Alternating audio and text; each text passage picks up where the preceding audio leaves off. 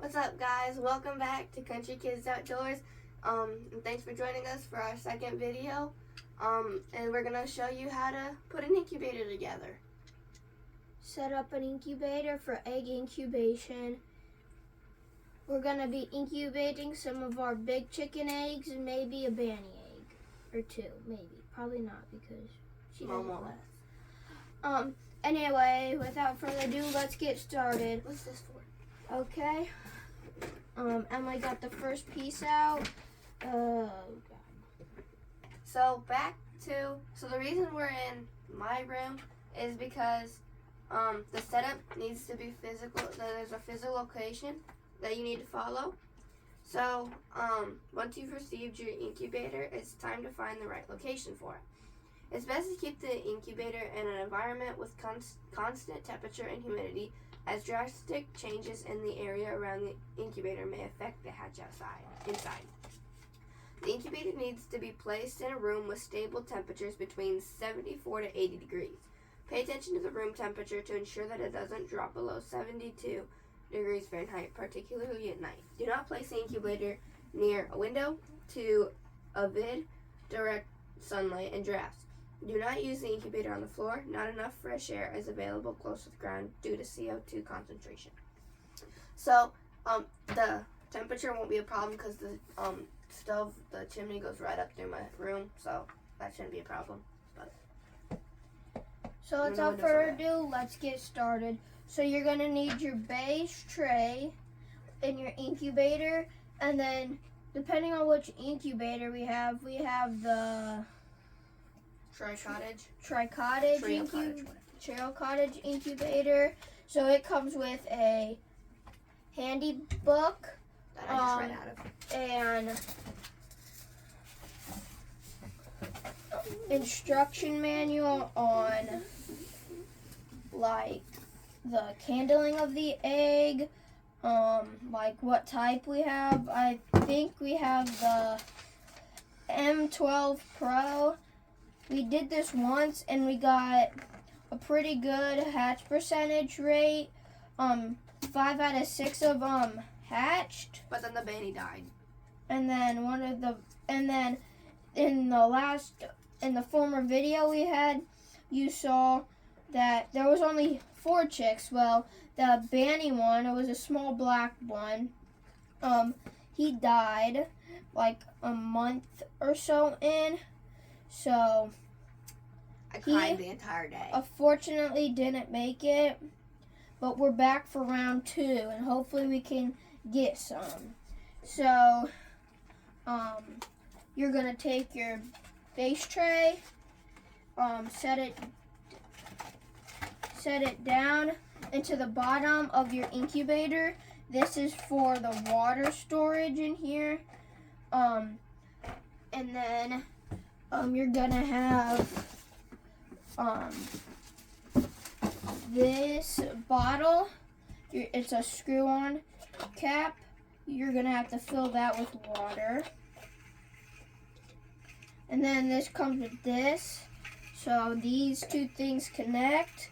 And then there's a knob in there that is pushed up to release the water. And then it comes out the tube. And through, you connect it to this little knob right here. And then it flows into here. And that's why this is in here, to like help conserve it. So you're gonna have to go fill this up with water. So let's go do that. And now that you have your bottle filled up, you can go ahead. We're gonna set it on a table real quick. Yeah, I gotta find the plug-in. So now that you have your jug filled up and you have it hooked into your incubator knob over here that I showed you earlier, you can flip this up and no water is gonna come out. It shouldn't until this is pushed down in here. So we could flip it over and push it down, and now it should be going. But if it's not going real good, I don't think it's You can put it on the rising pad. real good. You can put it on the rising pad. if you put it in something that's raised to help the And water then- flow. And then it gives the water an That's so fun. incline to fly down through, and it's gonna eat up a lot of water at first. Don't worry about that. It's not gonna do that all. It's just filling up.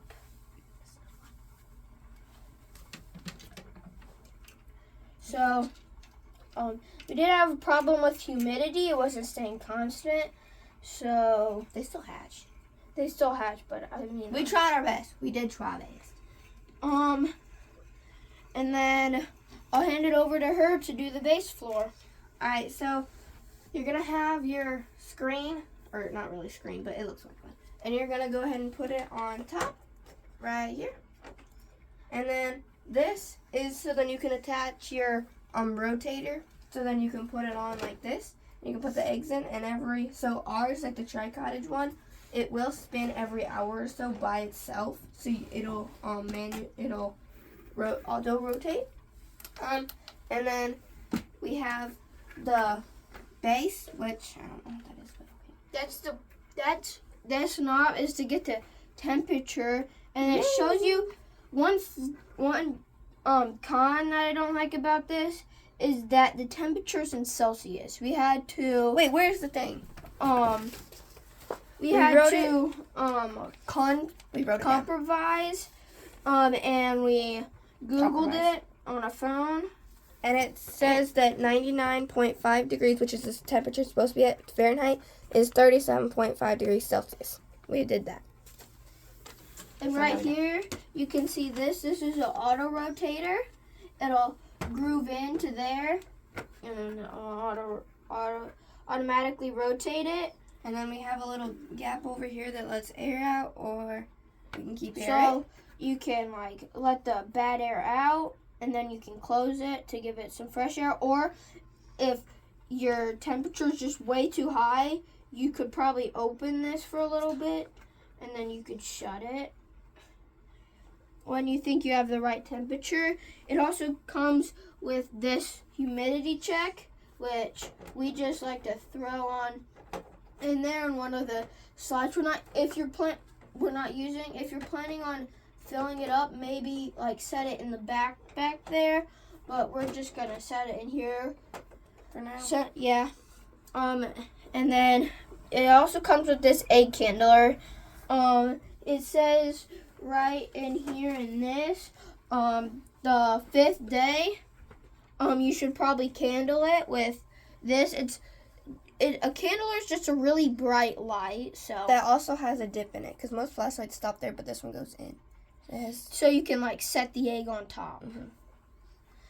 And then on day 11, and then day 17. On day 17, actually on day 18, I would consider taking out the egg rotation turner and just setting them down, because what's going to happen is they're going to start to hatch. And if it's moving around, their peep, which is where they start to hatch, could get blocked, and then they don't know what they're doing. Or when they do hatch, their little toes can get stuck under there, and it could give them leg problems, like splay leg. So you got to make sure you're watching for that, and you can very easily do that just by taking this out and setting them on here gently. Yeah, don't crack them. See, as it says lockdown, 3 days before your eggs are supposed to hatch, it's time to go into lockdown. This is where you'll see all your hard work pay off. During the lockdown, there's just a couple of things you need to take care of before hatching. So you don't want to disturb the incubator by opening and closing it. You want to have the chicks, you won't want the chicks turning anymore. In this period, the chick is getting into position to break out of the shell. It's causing your eggs, and letting your eggs continue to rotate could be disastrous for the chick. If you're using an automatic egg flipping incubator, you'll need to follow the instructions in the incubator manual and stop it from turning and to prevent to continue to flip your eggs. So what that means is you're just going to want to take the turner out like he said, and then just gently set them around. And so then the spinner up there, it's going to keep going, but it won't spin the eggs anymore. Oh, and one other thing to add, don't jostle them around too much in this process.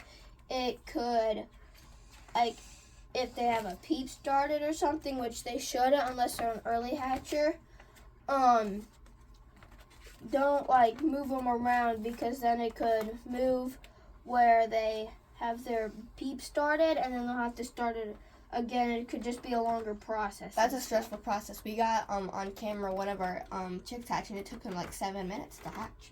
It was stressful. He looked tired. And as it says here, chicken, it takes normally 21 days. And we might be doing ducks soon, so we're gonna have to be waiting an entire month pretty much. We don't know what kind of ducks it is. Hopefully it's not Muscovy. They take forever, but they are a pretty cool days. duck. 37 days. They're all really cool duck. So yeah, and then to start it, I don't know what this is. I kind of forgot. It's to clean it when you have the eggs. It's to clean it. And to get it started, preferably have it plugged in. Today it says 21.9. But what's it, 37.5? And see, it's rotating. Just to make sure it works. Like as you can see, the humidity thing, it does not affect it. It just slides across the floor, and then it just stops. I can't remember if it goes back and forth. I'm pretty sure it only goes in one way.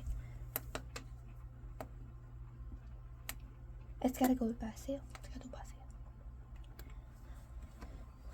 I'll put the thing back here. 99.7, 37.5. So you can't go up. Don't put the eggs in right when you start it. You gotta let it warm up first. So like I would consider getting the eggs to room temperature, like a day or two, just to do this right and let this warm up. As you can tell, it's slowly warming up. Make sure it's been in the cold for like a few months. 37.5 degrees if it's in Celsius and 99.5 degrees in Fahrenheit. And 81, holy cow. That's supposed to be at. That's the hatching period. 65 That's to the hatching 80. period. I gotta find it. So, alright, so I found it and it says try to keep the consistency between 35 and 55 degrees in humidity during, and then hatching period, which is like the last 3 or 4 days, is 65 to 80. Try to keep it around there. Wait, so what does it have to be? 35 to 55 as of right now. Okay, we gotta It's 85. do something.